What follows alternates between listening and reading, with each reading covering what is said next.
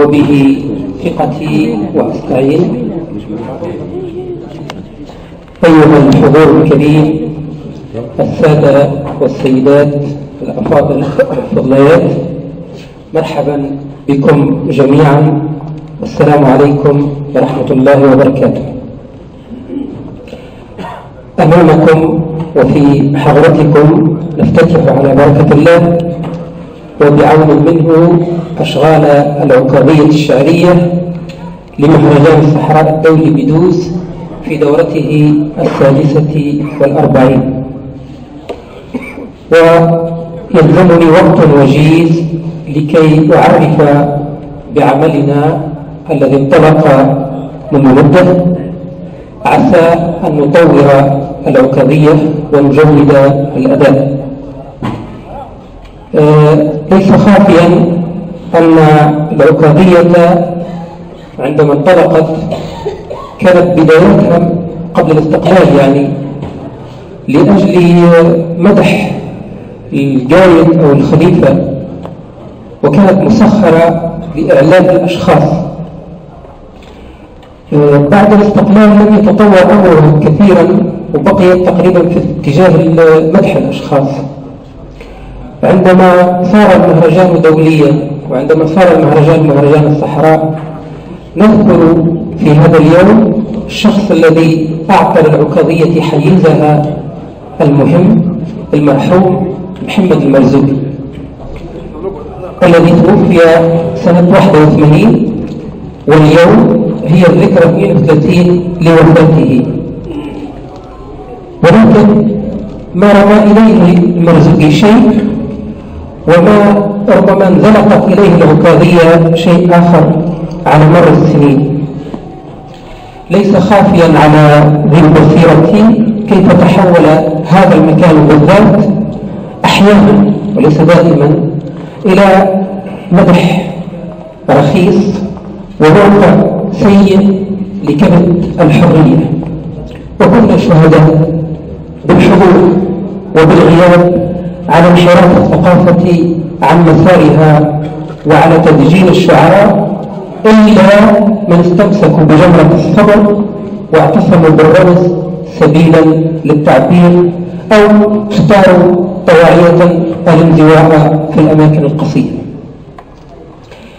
اقترحنا هذه السنة موضوعا قريبا من الشعراء: الشعر والليل صحبة، استيحاء من قول شاعر العروبة والثورة مظفر النواب: الشعر وعبد الله الأقارب. عن صحبة الشاعر والليل نتحدث إذن، وعن التلازم المتين بين المبدع والزمن. طلبنا إلى أحبابنا الشعراء أن يقولوا في هذا المجال. الشعر والليل ليس هروبا من أي شيء، ما نبش خايفين، وليس ذكر الليل محاولة للبعد عن المواضيع السياسية، بالعكس، يعني يستطيع الشاعر أن يقول ضروب القول وهو ينظم في إطار الليل، وفي ذلك فليتنافس الشعراء.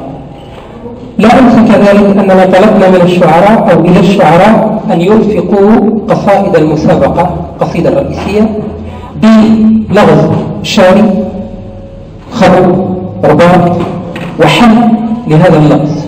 الغاية بطبيعة الحال هي أن نذكر الأجيال الجديدة بما كان من أمر أهلنا مع الألغاز، أمر فيه باع وذراع، وفيه يعني ليل لذراع الخصم، في رياضة ذهنية شائقة شيقة دون شك. سوف يكون الجمهور الحاضر هو المستهدف بهذه الألغاز، يحلها وله جوائز قيمة، وهذا ما سيوضحه بعد حين أخي وزميلي رضا عبد اللطيف. أيها الحضور الكريم، وصلت لجنة الشام 50 قصيدة للمشاركة. تولت لجنة علمية مهمة فرزها ومهمة قبول من رأته الأجدر بالمشاركة في المسابقة، دون أن تأخذها في ذلك لومة لائم. فالعكاظية جدار أخير ومستمسك باق وجب أن لا ننزل دونه. يهمني في الأخير أن أوضح أن لجنة الشعر التي شرفت بأنني أحد أعضائها إلى جانب الشاعر رضا عبد اللطيف والشاعر الفاضل بن إبراهيم شرفنا بعضويتها لهذه الدورة وحسب، هذه الدورة وحسب، فلسنا مخلدين ولسنا طلاب مناصب، ويجوز أن نكون في السنة المقبلة ضمن الجمهور نتابع اجتهاد آخرين ونصفق لهم أن أحسنوا ونغفر زلاتهم إن أخطأوا. قلت عملت اللجنة ما أمكنها ذلك على التأسيس لعكاظية تنهض بالشعر والشعراء، فإذا وفقت فذلك فضل من الله وكرم، وإذا عجزت فذلك تقصير منا نحاسب عليه عند التقييم العلمي الرصين للعمل. باسمكم جميعا أشكر أعضاء لجنة التحكيم، إخوة أعزاء لبوا نداء دوز قبل أن يقوموا بمهمة فنية تقنية.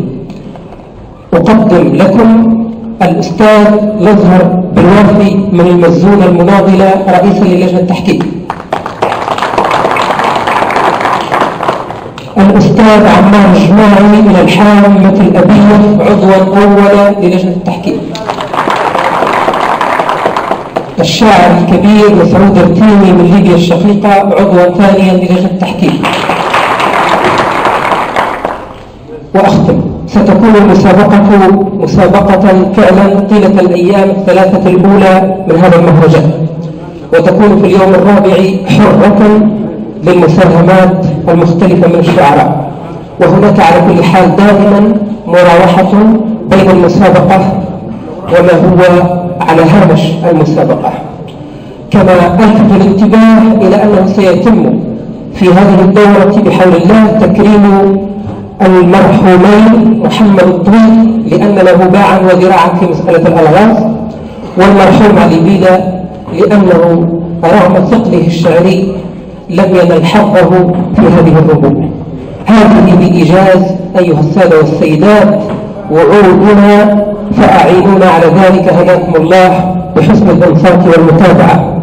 أشكر باسمكم جميعا كل من ساعدنا في التقدم خطوة نحو إنجاز هذا العمل، وأرجو لكم استماعا رائقا لأحبابنا الشعراء، وشكرا جزيلا.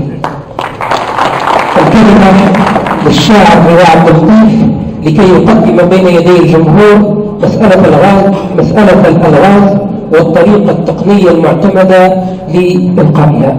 شكرا.